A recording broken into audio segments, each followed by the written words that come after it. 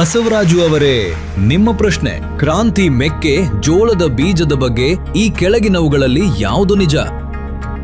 A. ಆಕರ್ಷಕ ಕಿತ್ತಳೆ ಮತ್ತು ಭಾರವಾದ ಧಾನ್ಯಗಳು.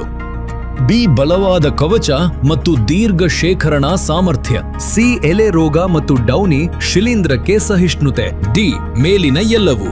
ಮೇಲಿನವುಗಳಲ್ಲಿ ಏನು ಲಾಕ್ ಮಾಡಬೇಕು? ಓ ಸರ್, ಇದು ತುಂಬಾ ಸರಳವಾಗಿದೆ. ಕ್ರಾಂತಿ ಮೆಕ್ಕೆ ಜೋಳದೊಂದಿಗೆ ನಮಗೆ ಸಿಗುತ್ತದೆ ಕಿತ್ತಳೆ ಮತ್ತು ಭಾರವಾದ ಧಾನ್ಯಗಳು,